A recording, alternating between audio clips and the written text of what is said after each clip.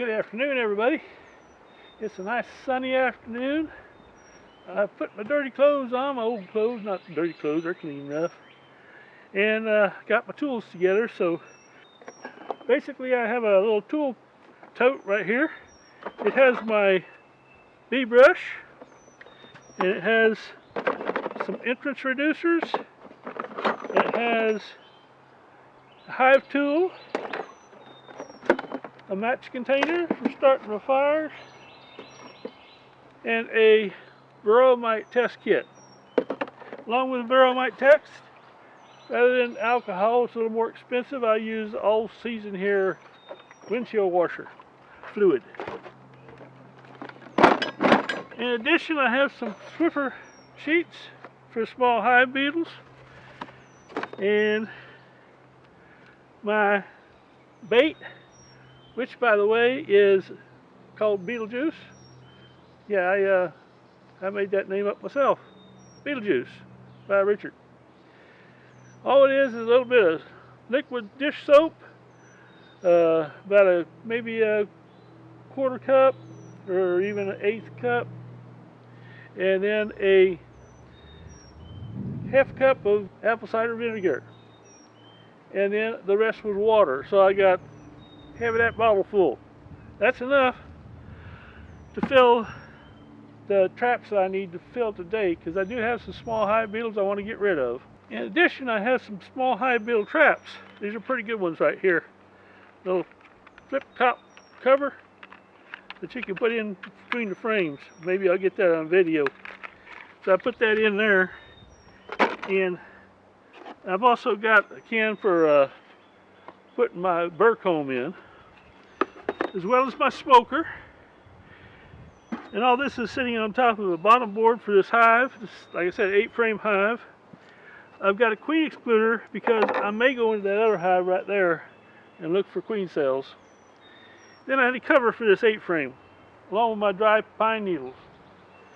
And an extra can just in case I need something to throw the old hive beetle traps in or whatever that I take out of the hive that have been used up. The beetle juice dries out pretty quick, so as it gets warmer this spring, it'll dry out in just about a week. So you need to replace them, refill them, or clean them, get rid of what's in there.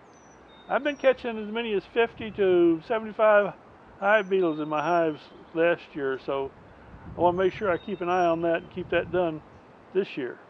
So now I need to start my smoker and get going. But first I want to take that hive up to the top there where it won't be in the way when I'm trying to start my smoker, so I'll get that done first.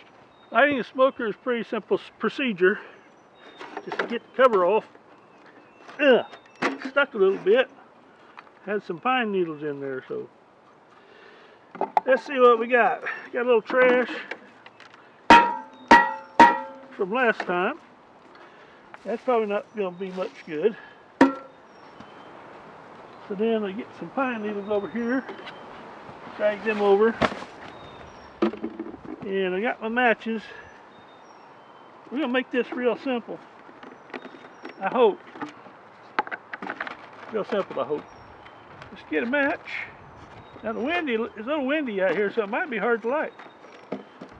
And I should have got a little paper.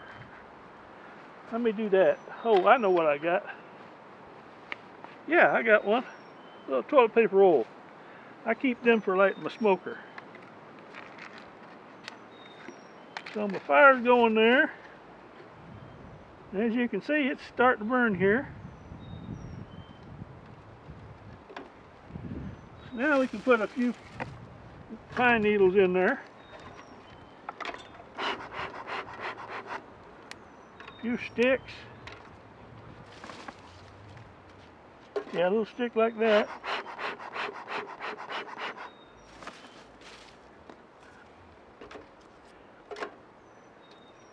More pine needles. I should be looking at the camera, right? That smoking doing good. One thing you want to make sure is you're not going to start a fire somewhere. You want to put your stuff where it's going to be away from anything that might burn. today it's pretty wet, so I don't expect there's a fire going to be going on, but you got to be careful.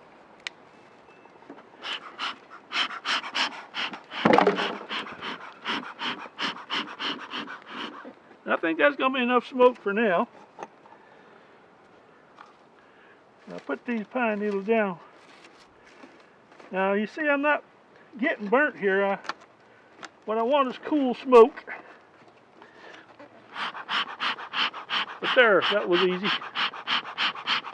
And we're good. The advantage to that is you keep the dry pine needles or whatever fuel you're using. So I'm good there, and I want to put my lid back on because if I come along later and kick it, matches will be all over everywhere. I think this was a peanut jar or something. It's got room enough to put your hand in. Apparently, it's not exactly easy to put the top on. Well, it is, but it's a puzzle. So there, I'm gonna go get my bee suit.